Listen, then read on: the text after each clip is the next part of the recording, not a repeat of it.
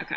All right, guys, welcome to the Digital Barbell Podcast. Thanks for taking your time to be here. We appreciate every single one of you that tunes in and watches us, listens to us, all that good stuff.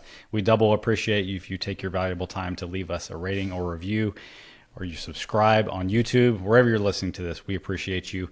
We have a special episode today. If you're watching this on YouTube, you'll see if she says something because it'll switch over. We got Coach Haley with us today. What's up, Haley? Hello, good to be here. So the reason we wanted Haley to be here today also is we are going to be specifically talking about how our most successful clients stay consistent.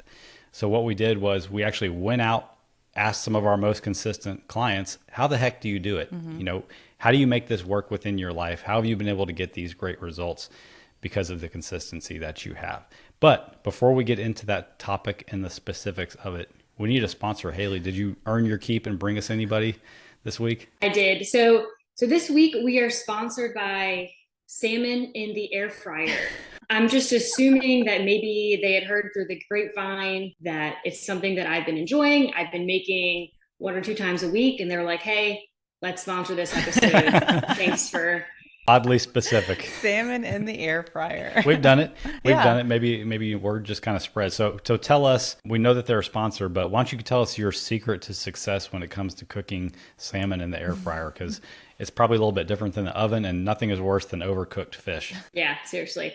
I have tried so many of the cool TikTok, Instagram, trendy recipes, but none of them can compare to super basic. I do find though, not getting the frozen salmon, it's getting like the fresh, thicker cut salmon really makes a difference. So getting that, a quick spray over with, olive oil spray, just salt, pepper, smoked paprika, pretty heavily on that.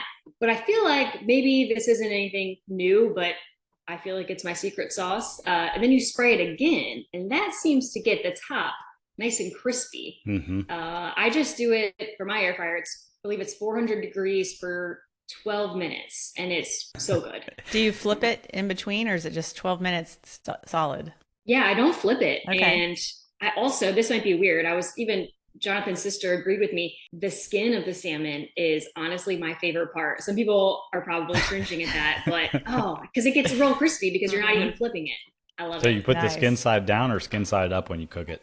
Skin side down. Okay. Yeah. So Just melts in your mouth, right? I agree. The times Sure we've had does. it is the crispiness of it versus like how it gets so much more crispy than it does in the oven. Yeah. And that's what I like. We kind of fell out Yes. of the habit of making salmon. We need to get He back got into too that. cheap. He was like, I'm not buying that. It comes because like our I grocery know. store sells it in a pack of four Four. fillets, I think. So it's like 16, 20. Yeah. It's a little bit too much for one meal. Yeah. Blah, blah, blah. We should get back on the Yeah, train we though. need to. All right, well, that's a good sponsor. Yeah. Hopefully they send us all some free fish. Use code FREEFISH at checkout on digitalbarbell.com. Oh my goodness. Okay, well, let's talk about what we're going to talk about. Blakely All right. hates when I do that, but Let's talk about what we're going to let's talk talk about what we're going to talk about. Just get to it. Don't tell people what you're going to say. Just say it. Just say it. It's no secret that the people who are most successful in their health and fitness are so because they're consistent with the things that lead to getting results. What is the secret to actually being consistent? And what does it even mean in the first place to be consistent? Because that's kind of like a fluffy thing to say. Like he said in the beginning, we reached out. We can order our client list by consistency. So it gives 7-day, 30-day, and 90-day compliant percentages. If you're our clients, we see that behind the scenes. watching I think you. you can see it too. We're Actually, as a always client, watching. We're always watching. But so we can order by compliance and see who's killing it. And we did reach out to the clients that were like, okay, what's your secret? And I actually had several clients that I looked at the consistency and I was like, oh man, they're killing it. I hope they have some good secrets for us to share. And they came back to me saying, I'm not consistent. Like, I need to hear this podcast. I need your help. And I was actually really shocked about this because just visually when I'm looking at it, they are killing it. So I think that leads to what is consistency even mean? Yeah, it makes it clear. Two things to me that not everybody has like a clear definition Yeah. of whether they're being consistent or not. And if you're comparing yourself to somebody else's life based on what you see from the outside, and you're like, oh man, they're doing good. They must be killing it. They Right. must be super consistent. Therefore, whatever I'm doing isn't consistent. It's not good enough. So that just shows you that, once again, comparison is a dead end road. Maybe you are killing it way more than the person that you think that they are. So, and consistency isn't perfection. It's not like I did everything that was on my calendar. And I think that has a lot to do with it is, when we work with this system called True Coach, and we put things on our clients' calendars, and there can be their workouts, there can be their nutrition goals, there can even be notes that we want them to read. There, like there's a lot of pieces. So there's a lot of pieces. So it means checking off every one of those things, and we're not looking for perfection out of any of our clients. Yeah. What are your thoughts on that, Haley? Yeah, I think a phrase I like to use a lot is consistency doesn't mean consecutive. It doesn't mean every single day, all day, every day, 365 days a year, you are just a superstar. It just means most of the week, majority of your year, you're doing the things that align with your goals. So the good thing with that is it kind of goes both ends. Progress doesn't come from what you're doing some of the time. It comes from what you do most of the time.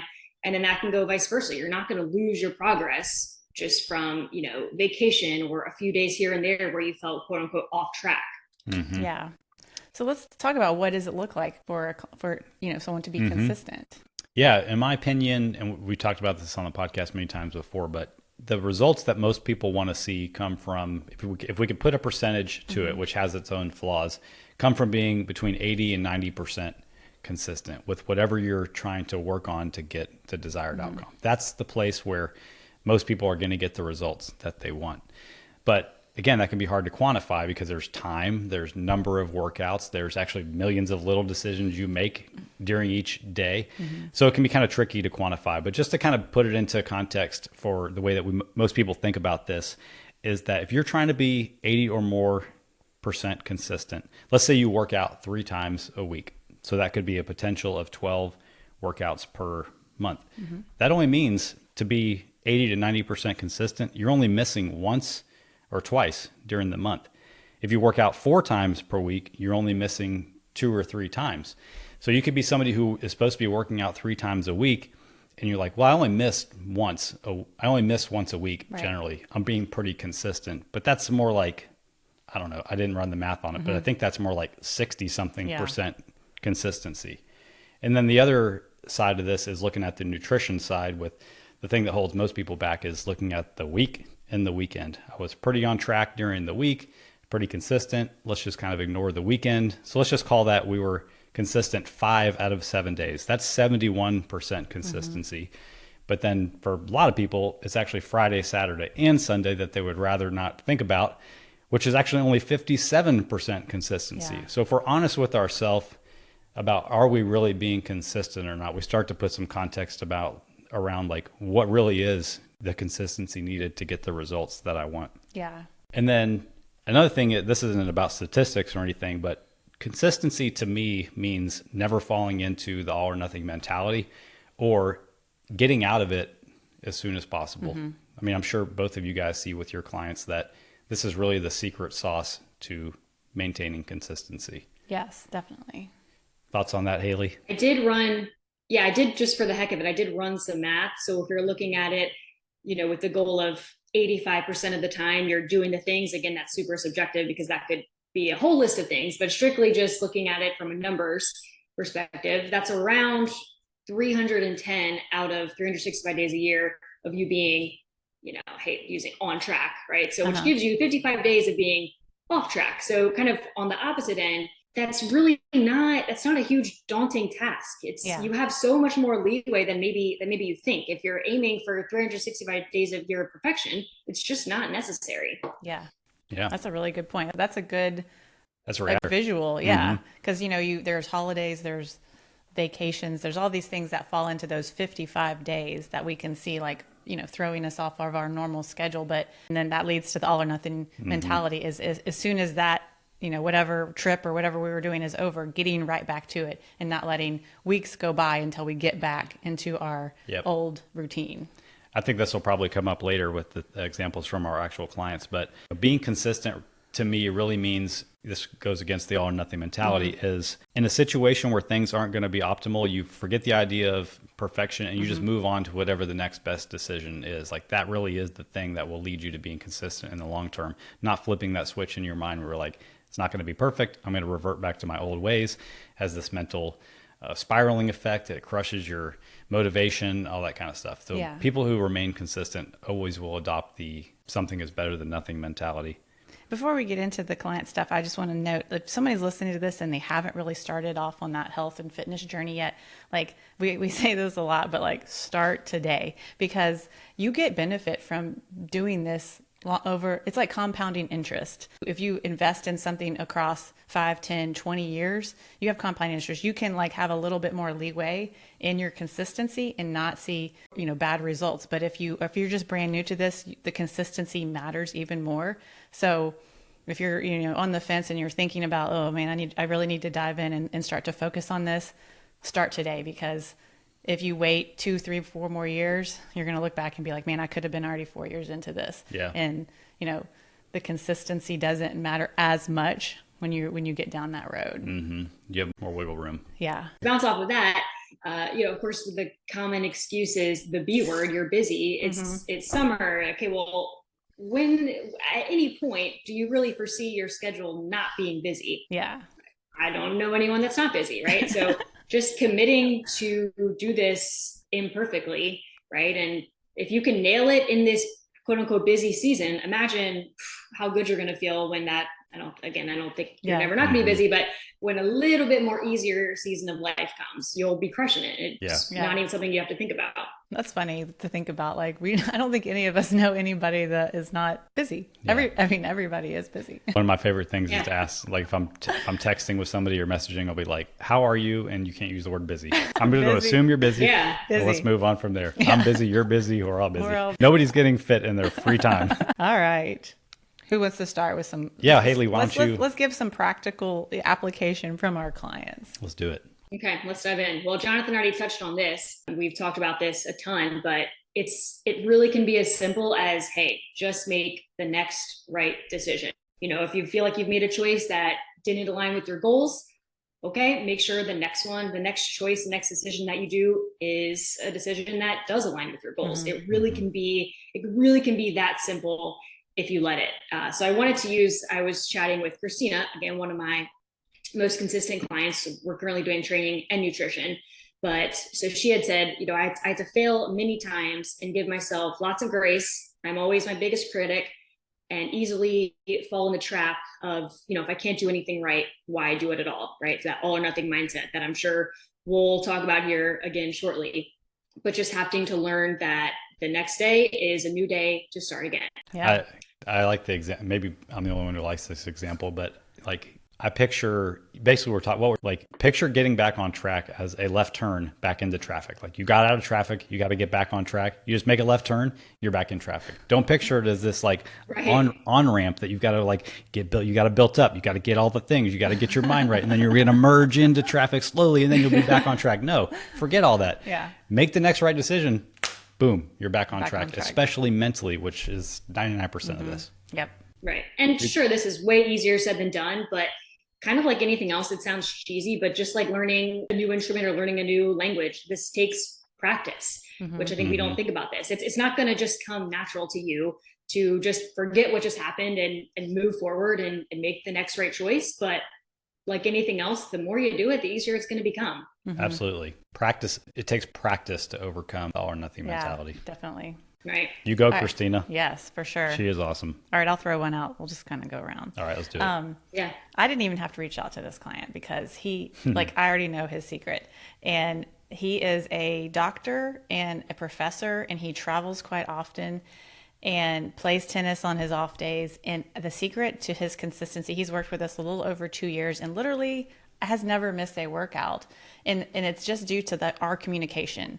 Like he is constantly in communication with his coach. I know his schedules. I know like if he needs a quick workout after an airplane trip, I put that on his calendar. I know if he has tennis that week and needs like fewer workouts, or I know if he has no tennis and needs to fill in the gaps with that. I know if he's like going to be traveling and has a hotel gym to work out, I can adjust his workouts. And I think, it's not saying like he works out 7 days a week, every day. It's like he's consistent because he keeps me in the loop, and like we're in this together, and I'm just like always adjusting his calendar based on what he's doing. And like, so he doesn't ever get into the position where he like shows up out of town in a hotel gym and has like a workout he can't do. And so and the only reason he does that is because he's committed to staying in communication with you, so you actually can't help him. So I know that's the biggest like secret for him, is just like kind of on, always like planning ahead, both for himself and his schedule, and then his coach, helping his coach also plan ahead for him. You sound like you're referring to yourself in the third person, like his coach. It's you. Something comes to mind when you said that, though, because you said he's never missed a workout, and somebody might have heard that and be like, "Oh, there's the perfection." You have to be perfect. Well, no, he doesn't have like a templated program, right? And he's never failed to like stick to that exact templated program. He hasn't missed a workout because he's told you, "Hey, here's my situation. Like today, I can't work out because of this, right. or tomorrow, like I just need 20-minute walk on the treadmill after a long plane ride." Right. And that's what I'm talking about. Yeah. Mm-hmm. I like that example. I have a client, Kristen. She was on one of the 5 minutes. She's in the military and she does the craziest trips. I mean, she's everywhere. I can't keep up with her. I don't know how she does it, but she'll pretty much tell me, we'll start programming towards the end of the week. And she's like, okay, next week I'm here, which means these 3 days at this time, I'll have access to dumbbells, or maybe I won't have access to anything. So can you just give me a bodyweight workout? And then I'll be back on Monday for barbell workouts. She's Yeah. That reminds me of my client, Ben. He's been working with me probably coming up on a year now. And like, he's got a trip coming up and we've been talking about testing out his maxes. So because he communicated with me and let me know that, I can actually plan his deload week before we ramp back up with a little bit of intensity to test his maxes. So we're going to accomplish everything. He's going to enjoy his vacation. We're going to give him a little bit of body weight stuff to do on the trip, and then we'll hit it when he comes back, and then we'll proceed because we stayed in communication. And actually, you're not going to find that. You're not going to find that in Booty Band Brittany's template. Hey, take it easy on Booty Band. I need to come up with another name. That's always what I use. Booty Band Brittany has bills to pay. That's right. Okay, I'm actually going to come back to Ben because Okay. I asked, he's one of my most consistent for those reasons I just said, but I want to talk about my client Katie real quick, because she is uber consistent. She's a 4 time per week client, and the progress that she's made has just been outstanding. Like, her upper body strength is off the charts. Her lower body strength is always increasing, and it's because she's so stinking consistent. So I reached out and asked her what helps her stay consistent. She says, "One major thing that helps me stay consistent is the saying, the time will pass anyway. When I'm debating with myself to go work out or not, I know the time will pass regardless, so why not do something that helps my overall well-being? I also put workout in my planner each day for the week and cross it off when it's done. I hate seeing an uncrossed workout when I don't do it." How awesome is that? Yeah. That I actually never even really thought about that. Like, whether you take the time to go do the workout, whether you're feeling unmotivated or you're not going to be able to do the whole thing, that same amount of time is going to pass. Like, you might as well, you're going to feel better for going out and do it. You might as well go out and do what you can, get the physical benefit from it. Because like she said, whether you do it or not, the time is going to pass. Yeah. I just really like that. That's a cool perspective. And if you are the kind of person that relies on checklists, I think that there's a lot of mental benefit to getting that little dopamine hit when you check it off your list, and the seriousness of scheduling your training into your calendar. Like, if it truly is a priority for you, put it in there like you do everything else. And like, you're not being greedy with your time if you schedule time for yourself. Like, that's not time that you're taking away from your kids, your family, that kind of stuff. That's time for you. That's going to make you a better person, a better mom, a better spouse, all that kind of good stuff. Definitely. So major kudos. A similar strategy with planning in your workouts from a nutrition perspective. I'll have clients that we need to kind of plan, okay, on this day, this is your grocery shopping day. On maybe these 2 days of the week, here's when you're prepping your protein. Schedule it in just like you would anything else. Great point. Yeah. Love that. Yeah. All right, Haley, you got somebody else for us? I do. Let's move on to prioritizing sleep. This is a pretty boring topic, but I would argue that it should probably be at the very base of the pyramid. I mean, everything feels so much harder when you're not consistently getting enough sleep. I was just chatting with my one client, Jamie, and she had said, I've just been insanely busy and I've just not gotten enough sleep.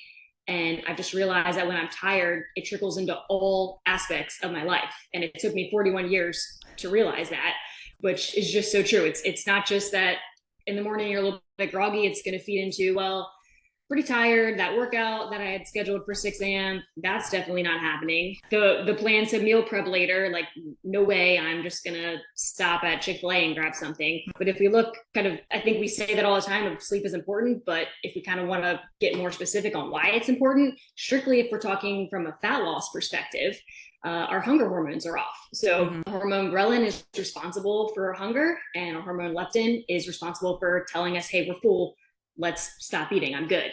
And then you can probably know where I'm going with there. When you're not consistently sleeping, your ghrelin levels are elevated, your leptin levels are suppressed. So that alone just makes sticking to a calorie deficit target much harder. So that's important.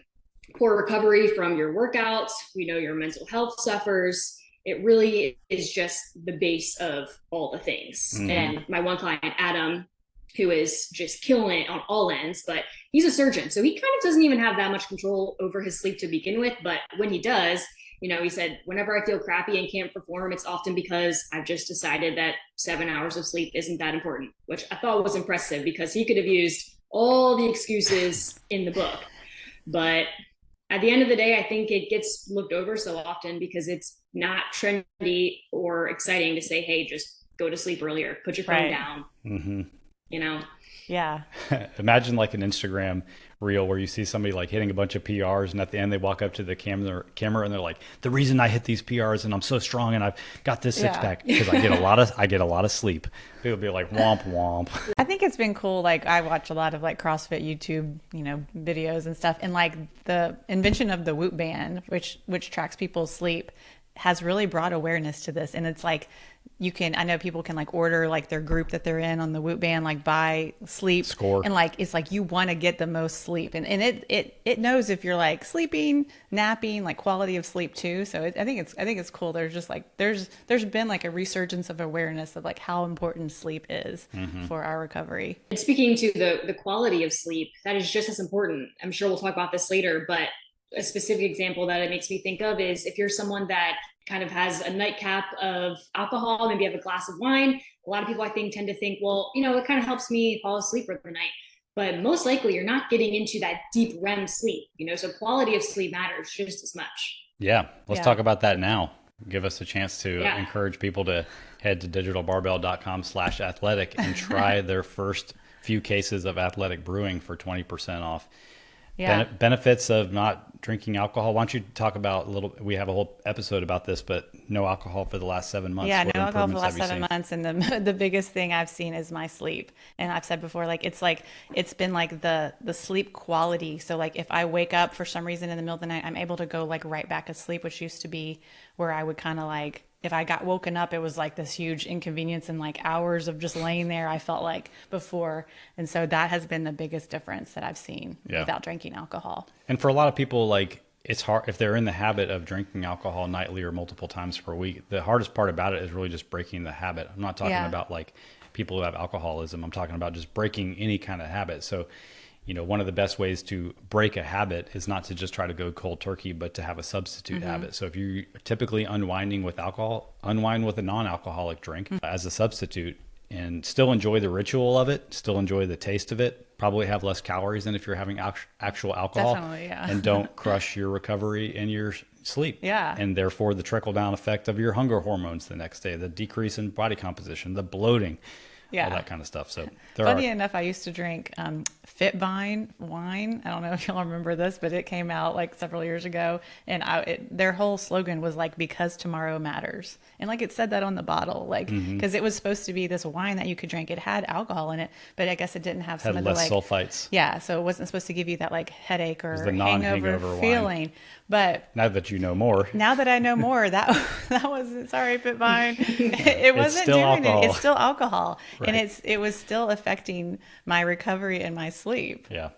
Athletic brewing is another overlooked fact too with this. Again, if we're thinking about it from a fat loss perspective, or just maintenance. Nobody is drinking a few glasses of wine or having some beer and they're like, all right, it's dinner time. Better pull out the salad, the grilled chicken. They're like, there are the mozzarella sticks. Yeah. That's You how know it what? goes. That DoorDash app on my phone is looking a little bit lonely. It is funny though, because the mental connection doesn't always get there because we're drinking those calories. But let's say you were having 2 drinks per night that added up to 300 calories.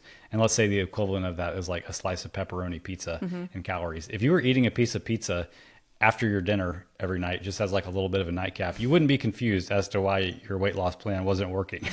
But it's the same thing from a nutritional perspective, let alone the cascading effects of poor decision making from the alcohol too. Okay, we beat that dead horse. You go, Adam. You're awesome.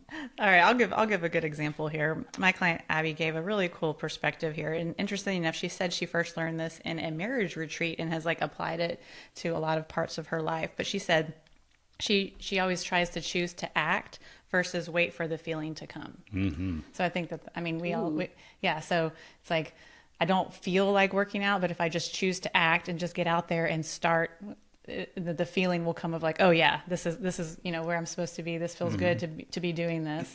You have to act like the identity that you're trying to become sometimes, because it might not always feel easy.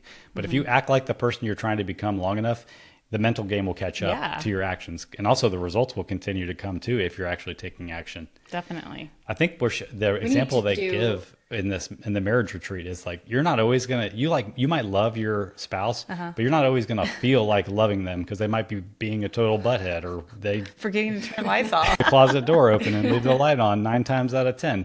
But I mean, I didn't give this advice, so I mean, you can put this on Abby. You got to love them anyway, even if they leave the light on and leave the door open every single time. Yeah. Take the action. Choose the feeling. Yeah. What were you going to say, Haley? I was just going to say, you had mentioned a little bit of you have to act like the person you want to be. And oh my gosh, I think we could do a whole podcast on you just have to completely change your identity. You can't be one person when you're on the diet, another person when you're off the diet. It just doesn't work like that. Yeah.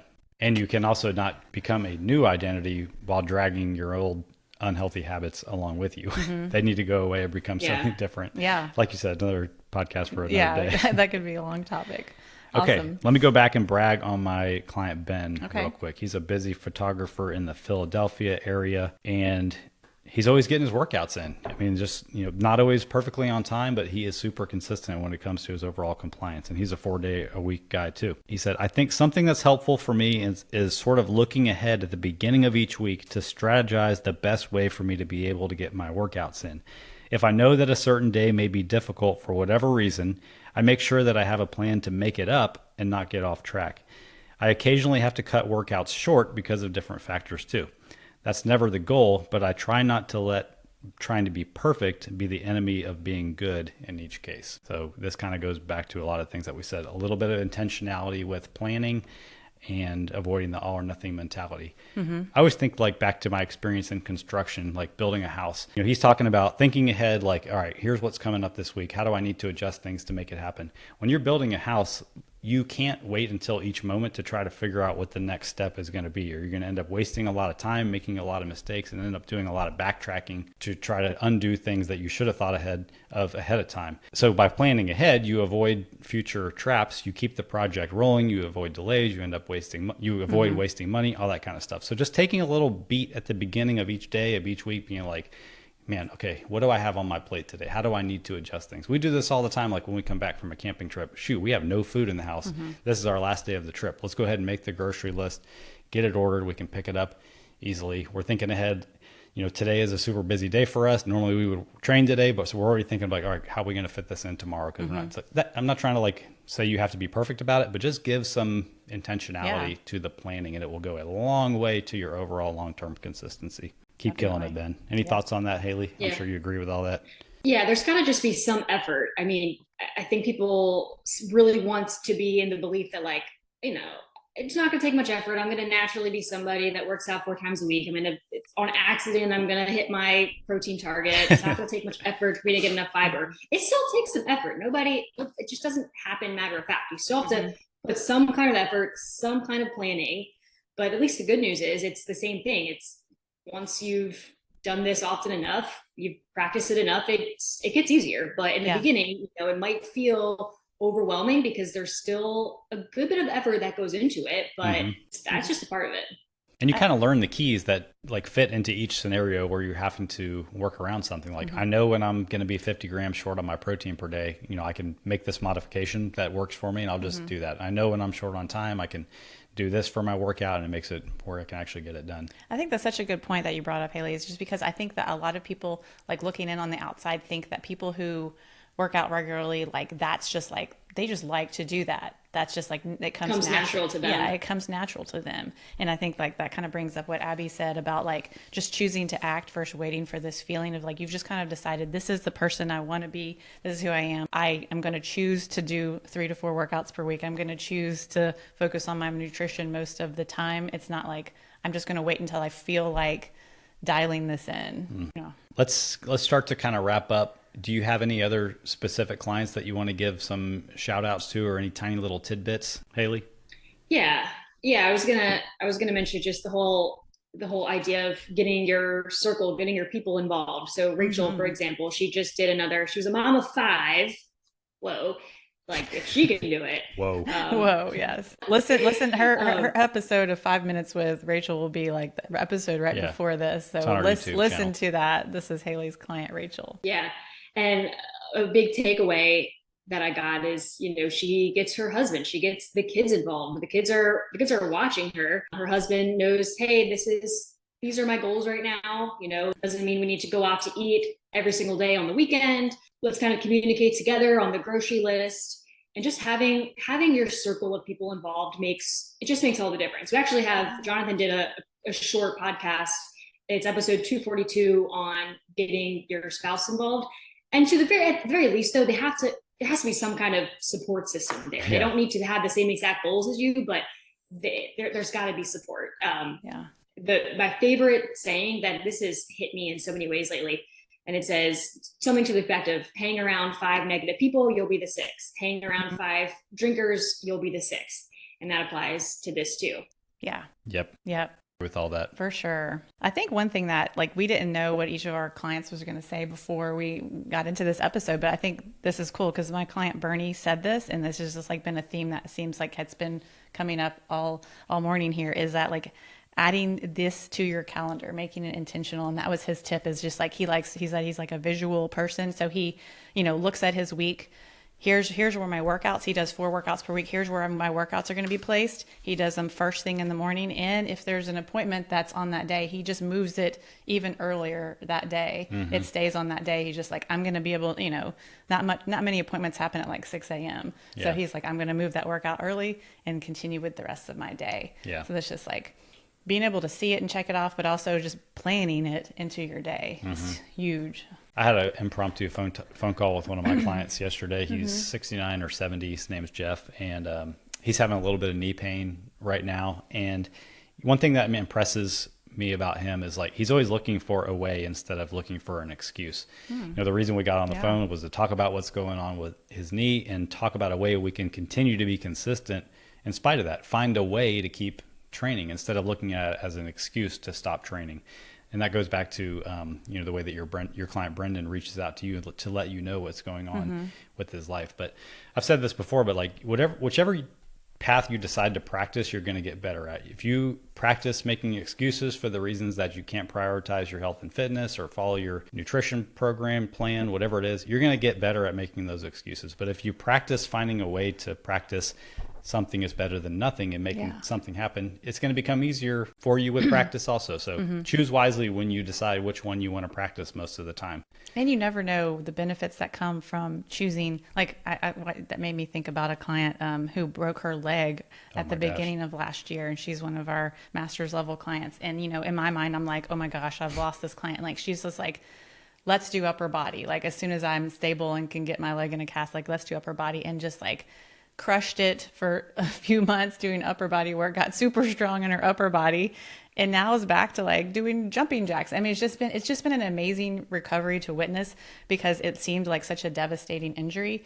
And I think it was so much of her mindset of like, I'm not quitting. This is not the end of me in my fitness journey. I'm just going to shift and do upper body, and then we're going to get back to it. And I think it's really helped her recovery. If you want to hear her story and from Jeff, the guy that I just mentioned, they were guests on episode number 100, where we had 3 of our masters clients on that. We need to do that again because we have a lot more masters clients. True. I think it'd be cool to get like a big group of like 6 or 7 of them together. Yeah, that would be cool. And chat. Very cool. I mean, they're some of our favorite clients to work with, to be honest, right, Haley? I mean, I know you love working with Susan and Phyllis. Oh yeah, and they're the most consistent, that's for sure. Mm-hmm. Yeah, for a lot of different reasons, but a lot of it has to do with their mindset too. Yeah, definitely. Yeah. Well, cool. I hope that you have anybody else? I can kind of wrap it up here. Speaking of my client Lynn, we're working with training right now, and her thing is she's actually best friends with Adam, so she's also a surgeon. Crazy schedule, a million big decisions to make each day, and so I was kind of asking, how do you stay so consistent with training? And her thing was, I just like that you're the one making the decisions for me. It's just a relief. It's one less thing I have to put on my plate. I know what I need to do. I'm already making a million decisions. And shout out to her, because she had also mentioned, doing the boring stuff, right? I mean, we're always gonna squat, we're always gonna deadlift, we're always gonna bench, but doing those makes the fun stuff. She's a huge traveler, and I mean, just all the adventures, crazy cool stuff. She's like, I just don't think I'd ever be able to do the things that I'm doing without that. Cool. Yeah. And that's what we want. And for everybody, is just like, this is contributing to your lifestyle. Your fitness and nutrition should enhance your life, not take it over. Not take it over. Yes, exactly. Overarching theme of this episode is perfection is not required. You could be on this list of most consistent people, and we have way more consistent clients than this, but we didn't want this to be a 2-hour episode. But no matter where you are right now, you can become this consistent. It has to start with, like Blakely said, you making the decision to actually start, letting go of the perfectionist tendencies that might be holding you back, getting really good at solving problems instead of making excuses, and potentially finding somebody like us to help guide and support you and give you that plan that's easier to follow and work through all the things that come up in life. Yeah, I love that point of and that's why, people hire coaches or mentors of any kind. It's just like, I have so many decisions on my plate. I would love for someone to help me make these decisions. And that's where that staying in communication with that coach or mentor just helps you, be successful even more. Yep. Speaking of staying consistent, if you haven't already, you can still download the 12 free travel workouts that Blakely wrote, digitalbarbell.com/travel workouts. That will help you stay consistent when you are away from your gym, away from your home, and you're traveling the rest of the summer or over the holidays.